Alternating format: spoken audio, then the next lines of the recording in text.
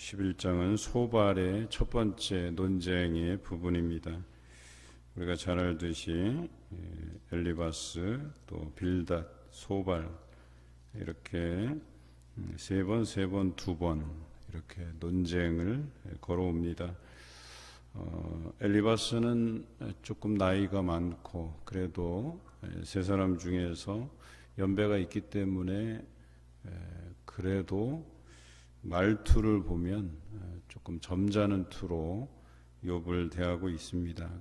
하지만 역시나 욥의 그 마음의 중심을 헤아리지 못하고 욥에게 네가 지금 당한 일이 죄 때문이다라고 공격하고 있죠.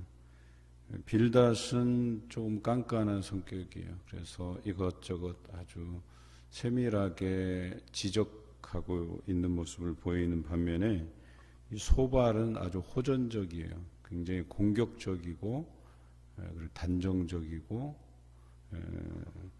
어찌 보면 세 사람 중에서 가장 공격적이다라고 말할 수 있겠죠. 그리고 이 소발의 특징을 보면 우리 2절의 말씀처럼 말이 많으니 네가 말이 많다. 네가 지금 변명하고 있다. 그냥 말하지 않는 편이 더 낫다. 그러니까 아주 굉장히 호전적이고 단정적이다라는 말이 여기 나와요. 그래서 많은 신학자들은 다른 사람들은 3번씩 논쟁을 걸어오지만 소발이 2번밖에 안 했던 이유를 여기서 찾아요. 말이 많다. 그러니까 말 많은 거 싫어하는 사람들 있잖아요. 그런 사람인 것 같아요. 특히 말 많은 거 싫어하는 사람들이 성격이 시원시원하고 호전적이고 공격적이고 그런 부분들을 많이 보잖아요. 여기 소발이 그런 성격을 가진 사람 같아요. 물론 우리가 무슨 성격을 알고자 이 말씀을 보는 건 아니지만 그래도 나름 성경을 이해하는 데 있어서 좀 필요할 것 같아서 말씀을 드립니다. 저희가 4일 동안 장례를 치르는 동안에 욥에 대해서 자꾸 생각나게 하시는 것이 이 친구들이 욥의 상황을 잘 이해하지 못하는 것이 지금 욥이 처한 상황에 대해서 이해를 못하고 있는 것 같아요. 재산도 잃고 자녀도 잃고 그러니까 초상집이에요. 그러니까 장례식이란 말이에요. 어떻게 보면 그냥 초상집에 가갖고 이게 논쟁하고 있는, 따지고 있는 거예요. 쉽게 표현하면 장례식장에서 예의가 있잖아요. 근데 장례식장 가갖고 야, 네가 이런 일을 당한 게 다 네 잘못해서 그래. 너 신앙생활 잘못해서 그래. 네가 평소에 다른 사람들한테 다 잘못해서 그래. 이렇게 이야기하는 것과 동일하다라고 하는 것이죠. 여러분이 장례식장 가서 그런 이야기를 해본 적 있으세요? 물론 장례식장에서는 그런 얘기 잘 안 하시죠. 그런데 돌아서면 우리의 이 죄의 본성들이 뒷말하기를 좋아하는 사람들이 참 많아요. 그래서 아이고 저 안 됐지만 저렇게 된 게 다 자기가 한 만큼 당한 거라고, 죄가 많아서 그렇다고, 신앙생활 똑바로 못해서 저런 거라고, 다른 사람들한테 해코지해서 저런 거라고 이렇게 이야기하는 것이 인간의 본성이다라고 하는 거예요. 한번 양심적으로 생각해 보세요. 나는 그런 적이 없을까? 이 세 친구처럼 그 사람의 마음을 심정적으로 이해해 주기보다는 이래서 그렇고 저래서 그렇고 거기다 이유를 붙이고 왜 이런 습성이 우리 안에 있을까? 오늘 소발의 이야기를 통해서 한번 나눠보고자 해요. 소발은 2절에 나와 있는 것처럼 네가 말이 많다. 말이 많은 사람이 어찌 의롭다함을 얻겠느냐. 너는 의롭지 않다는 거예요. 네가 말한 만큼 너는 하나님 앞에 깨끗하지도 않고 신실하지도 않고 너는 죄가 많은 사람이다. 말 많은 사람이 죄 많은 사람이다. 아주 단정적으로 이야기하고 있죠. 3절에 내 자랑하는 말이 어떻게 사람으로 잠잠하게 하겠으며 내가 비웃으면 어찌 너를 부끄럽게 할 사람이 없겠느냐. 네가 지금은 우리를 상대로 해서 너의 입장을 굉장히 잘 대변하고 변명하는 것 같지만 우리가 아니더라도 너를 네가 지금 하는 것에 대해서 제대로 지적해주고 너의 잘못을 일깨워줄 만한 사람들은 얼마든지 있다 이거예요. 사실은 세 명 중에 엘리바스가 그래도 좀 점잖고 나이 많아서 그 사람이 이야기한 것을 욥이 수긍했으면 이렇게까지는 빌닷과 소발까지 끼어들어서 논쟁을 하지 않았을 수도 있어요. 그런데 욥은 굉장히 억울해요. 굉장히 이 상황이 너무나도 어처구니가 없고 너무나도 힘든 상황이에요. 이런 상황을 이해하기가 어려운 거예요. 자기가 하나님 앞에 신실하게 서 갔는데도 불구하고 이런 일이 왜 나에게 일어났는지, 과연 하나님 앞에 의인도 고난을 당해야 되는 것인지에 대한 질문들을 던지고 있는데, 이 사람들은 엘리바스로 안 되니까 빌닷도 가세하고 소발도 가세하고, 그리고 단정적으로 이것이 하나님의 뜻이야 라고 하면서 굉장히 옳은 말을 하는 것처럼 여기지만 그 사람을 이해하기보다는 이 사람을 정죄하는데 바빴다는 거예요. 처음에는 신문을 해요. 너 잘못했지? 잘못했으면 솔직하게 얘기해. 그러다가 너 잘못했어. 너 그래서 잘못한 거야. 하나님 앞에 너 그 죄를 다 회개해야 돼 라고 단정적으로 정죄하는 데까지 나아가요. 정죄하는 데 들먹인 것이 하나님은 이런 분이셔 라고까지 이야기해요. 하나님을 팔아먹어요. 하나님은 이런 분이셔. 그런데 그 말에는 틀림이 없어요. 액면상으로는. 그런데 자신의 그 말을 이 사람들에게 확실하게 주입하고 내 말이 옳다라는 것을 이 사람들에게 각인시키기 위해서 하나님을 들먹이고 있는 거죠. 그리고 해결책까지 제시해요. 너 하나님께 회개해. 그러면 지금보다 더 나은 삶을 살 수 있어 라고까지 이야기해요. 그런데 오늘 소발은 마지막 줄에 그래요. 그러나 악한 자들은 눈이 어두워서 도망할 곳을 찾지 못하리니 그들의 희망은 숨을 거두는 것이니라. 너 지금 하는 행태를 보니까 너 회개할 길은 다 틀렸어. 너 곧 죽을 거야. 이렇게 얘기하는 거예요. 여러분, 장례식을 치르고 모든 것을 잃고 병까지 들어서 희망이 없는 사람한테 내가 보니까 너 회개할 마음도 없는 것 같고 너 그러다 죽을 거야. 이렇게 얘기하는 게 친구로서 해야 될 일인가? 신앙의 동료로서 해야 될 일인가? 참으로 안타까운 마음이 있어요. 우리는 알기 때문에 우리는 1장과 2장의 내용을 알기 때문에 욥의 편에 서서 이 말씀을 묵상하지만 이 세 사람은 1장의 상황을 모르는 거예요. 전혀 모르는 거예요. 그러니까 우리 안에 말씀을 하면서도 답답해요. 그런데 여러분, 답답함에서 그치면 안 돼요. 이게 우리의 모습이라니까요. 우리의 솔직한 모습이라니까요. 항존직 선거가 끝났어요. 아쉬움과 안타까움이 많이 있죠.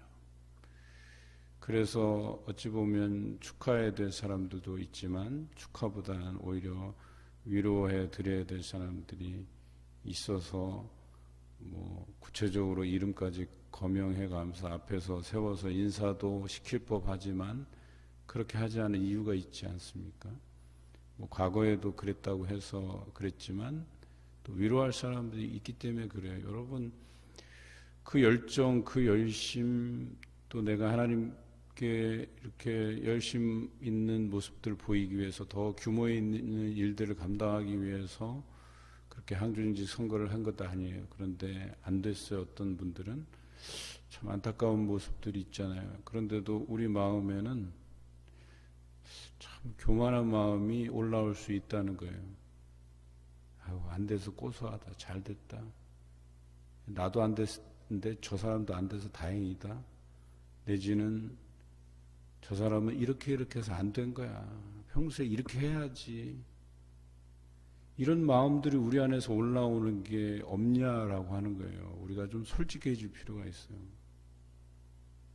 정말 안타까운 마음이 우리 안에 있느냐.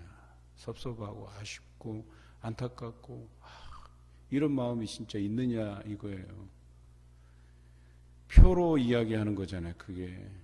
근데 우리 장로님들 또 은퇴하신 장로님들 이분들은 베테랑이 있어요. 벌써 표만 봐도 알아요. 이 사람의 심정이 어떻게 담겨 있는지에 대해서 표만 봐도 알아요. 저도 알겠으니까요. 경험이 미천한 저도 알겠으니까요. 그러면서 우리가 여전히 많이 부족하구나. 우리 안에 너무나도 미성숙한 부분들이 있구나라고 하는 게 그냥 표를 보고도 알겠더라니까요. 그러니까 우리 장로님들이 속 타는 거예요. 애 타는 거예요.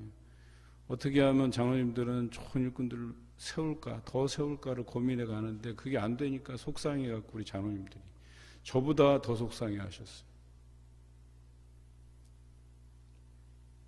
그래도 이런 장로님들의 심정들이 우리 성도들의 공통적인 생각이라면 저는 괜찮아요. 또 그것을 담담하게 받아들이는 그 후보자들이라면 저는 우리 교회가 미래가 있고 희망이 있다고 생각해요. 그게 성숙한 선거이고 또 성숙한 성도의 자세라고 생각해요. 격려해주고 안타까워해주고 아쉬워해주고 또 정작 본인들은 그에 대해서 담담하게 받아들이고 더 열심을 내려 하고, 그렇다면 그것이 하나님께서 목적하셨던 이번 항준직 선거가 아니었을까 하는 생각을 해보는 거예요.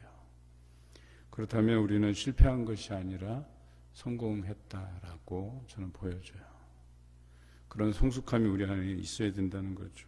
그런데 만약에 이런 소발처럼 이런 마음이 우리 안에 불쑥불쑥 올라오고 이래서 안 됐고 저래서 안 됐고 이 사람은 왜 됐는지 모르겠고 이런 이야기들이 우리 입술 안에서 터져 나온다면 이건 실패한 거예요. 우리가 시험에 넘어가 버린 거예요. 오늘 소발은 욥의 그 변명, 그에게는 변명처럼 들리는 거예요. 이것은 하나님 앞에 탄원임에도 불구하고 그 사람 귀에는 변명으로만 들리는 거예요. 너 깨끗하지 않은데 깨끗한 척한다. 또 하나님께서 만약에 너에게 말씀을 여신다면 그 지혜의 오묘함을 너한테 좀 들려줬으면 좋겠다라고 하는 거예요. 지금 네가 겪고 있는 그것이 하나님께서 너의 죄를 잊게 하여 주셔서 그 정도지 그 정도 이상으로 너는 벌 받아야 될 사람이야 라고 6절에 이야기하고 있는 거예요. 그나마 하나님께서 너 죄에 대한 여러 부분들은 잊게 해주셔서 너 요 정도로 너 벌 받는 거야. 너 감사하게 생각해야 돼. 이렇게 얘기하고 있는 거예요.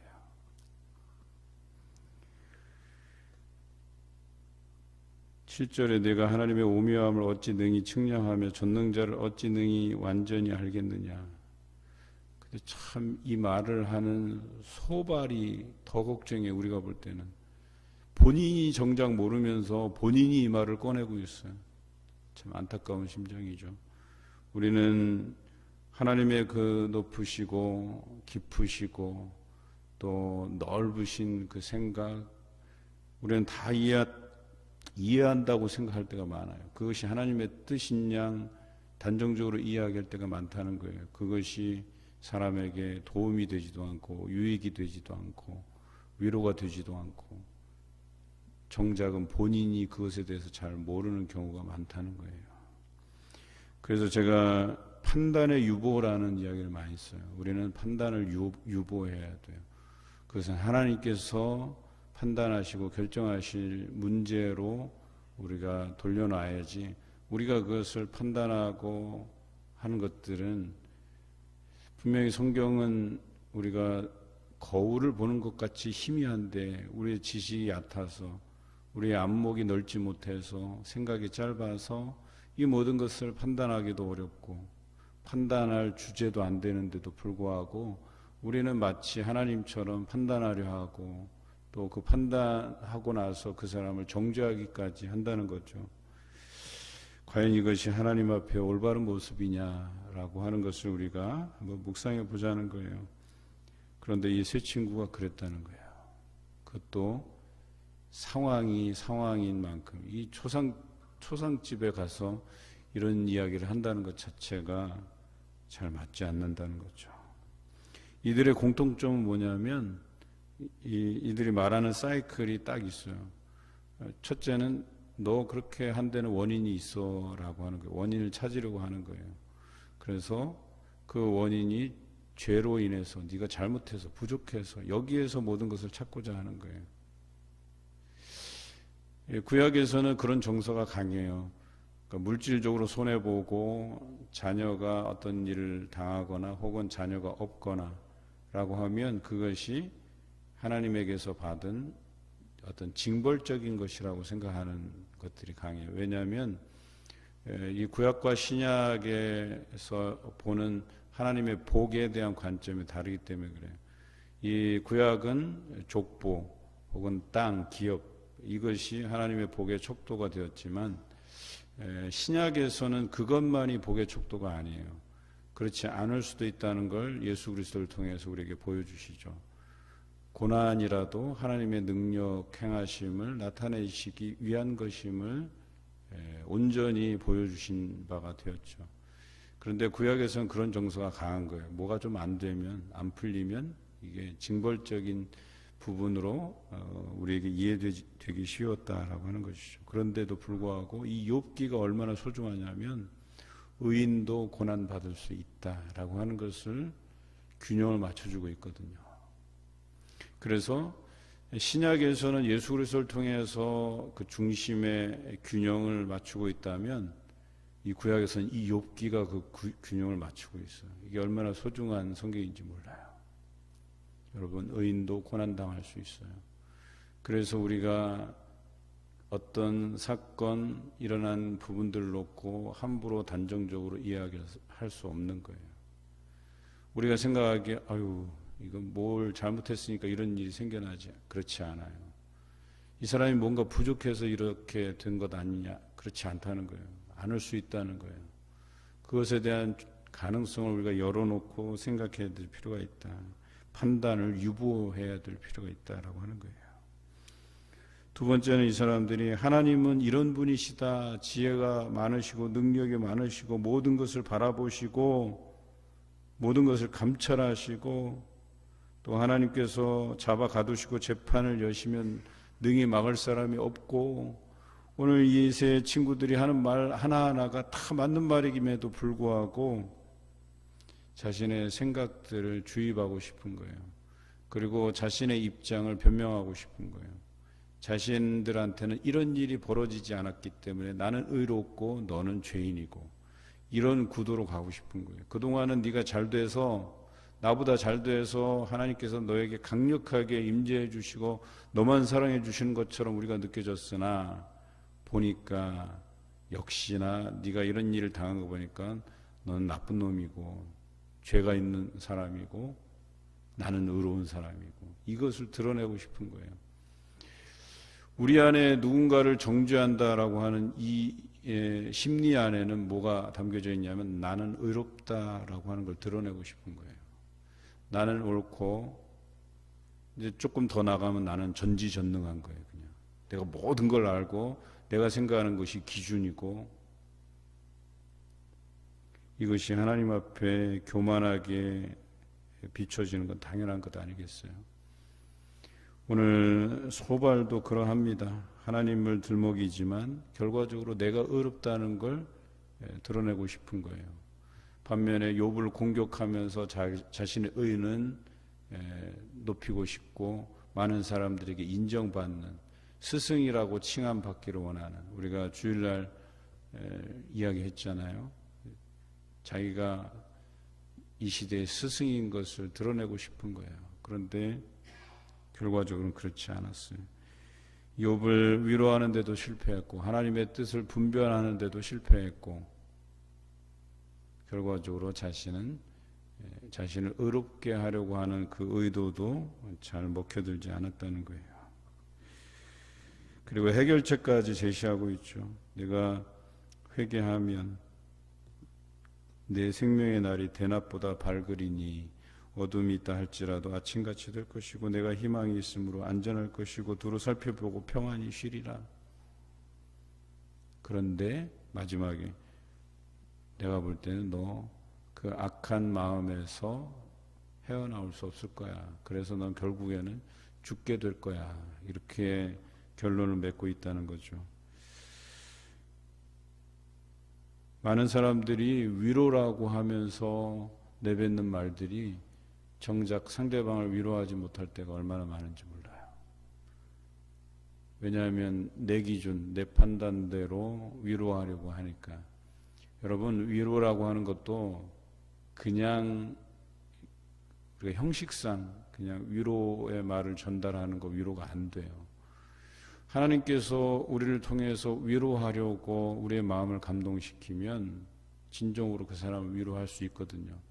그런데 하나님께서 주신 마음이 아니면 그냥 우리 안에서 형식상으로 내뱉는 말들은 여러분 위로가 되지 않습니다. 하나님께서 우리를 위로하시기 위해서 보내주신 분이 누구세요? 성령님. 보혜사라고 하는 뜻이 뭐냐면 돕는 자, 위로자 이런 뜻이거든요. 예수님께서 이 땅에서 죽으시고 부활하시고 승천하신 이후에 낙담하고 실망할 수 있는 제자들에게 내가 보혜사 성령을 너에게 보내주시겠다 했어요. 그리고 그 성령의 임재를 통해서 제자들은 새 힘을 얻고 복음을 전할 능력을 또 그런 담대함을 지혜를 얻게 되었다는 것이죠. 이 시대의 위로함의 부분도 성령께서 우리에게 감동을 주셔야 가능한 거예요. 위로자 되신 보혜사 성령께서 우리 안에 임재해 계셔야만 거기에서 우러나오는 마음이어야만 참된 위로가 된다라고 하는 거예요. 저희 장인어르신 장례식 때 제가 주일 예배 때도 언급한 바가 있지만 위로가 되는 말이 있어요. 진짜로. 정말 좋은 선생님이셨다. 그러니까 좋다 싫다 이런 개념이 아니에요. 마음에서 우러나오는 것들이 있어요.